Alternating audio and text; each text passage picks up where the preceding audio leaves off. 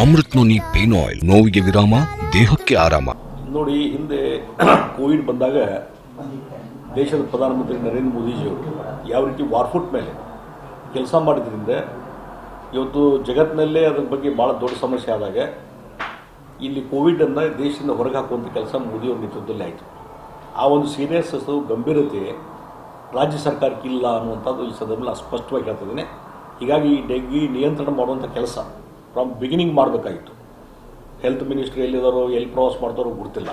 ಮುಖ್ಯಮಂತ್ರಿ ಇದ್ರ ಬಗ್ಗೆ ಏನಾದರೂ ವಿಶೇಷವಾದಂಥ ಸಭೆ ಕರೆದು ಡೈರೆಕ್ಷನ್ ಕೊಟ್ಟು ಸ್ಟ್ರಿಕ್ಟ್ ಆದಂಥ ವಾರ್ನಿಂಗ್ ಮಾಡುವಂಥ ಕೆಲಸ ಅದನ್ನು ಮಾಡ್ತಾ ಇಲ್ಲ.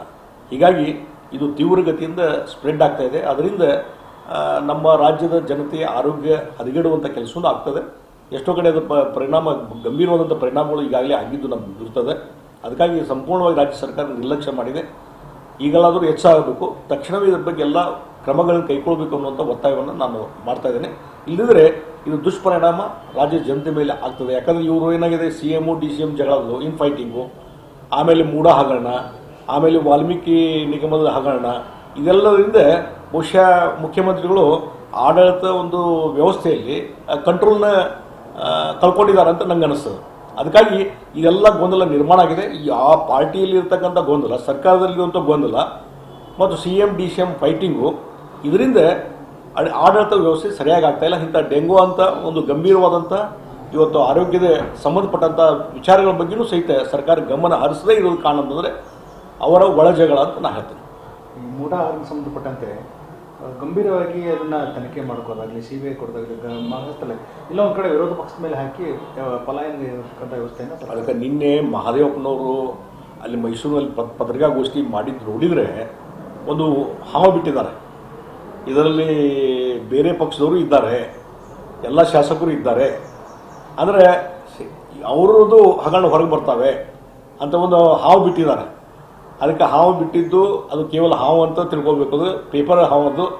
ಅದಕ್ಕಾಗಿ ಇವತ್ತು ಇದನ್ನು ಗಂಭೀರವಾಗಿ ತೆಗೆದುಕೊಳ್ಬೇಕಾಗ್ತದೆ. ಮತ್ತು ಈ ಮೂಢ ಹಗರಣ ಮುಖ್ಯಮಂತ್ರಿ ತೆರಿಗೆ ಬರ್ತದೆ ಡೆಫಿನೆಟ್ಲಿ.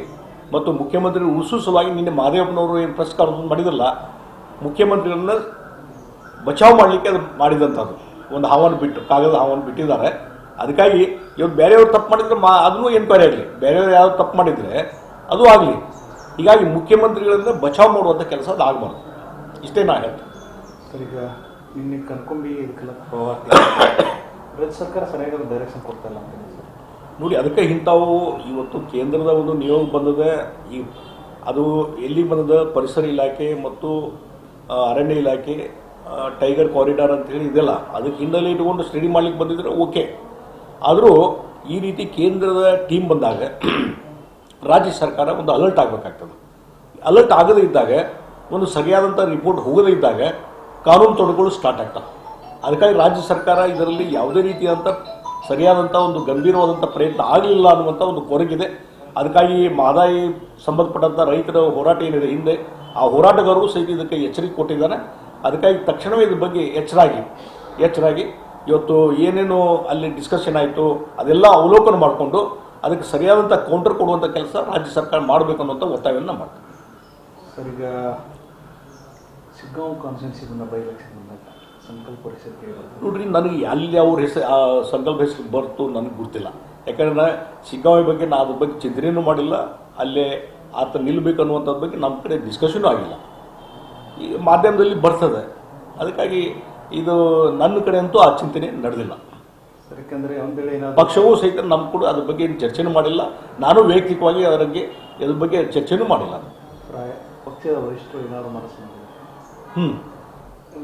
ಕೊಡಬೇಕು ಅನ್ನಿಸ್ಬೇಕು. ಅಲ್ರಿ, ನಾವು ಒಂದು ಹೇಳ್ತೀನಿ, ನಾನು ವೈಯಕ್ತಿಕವಾಗಿ ಅದ್ರ ಬಗ್ಗೆ ಚರ್ಚೆನೂ ಮಾಡಿಲ್ಲ, ನನಗೆ ಆಸಕ್ತಿನೂ ಇಲ್ಲ.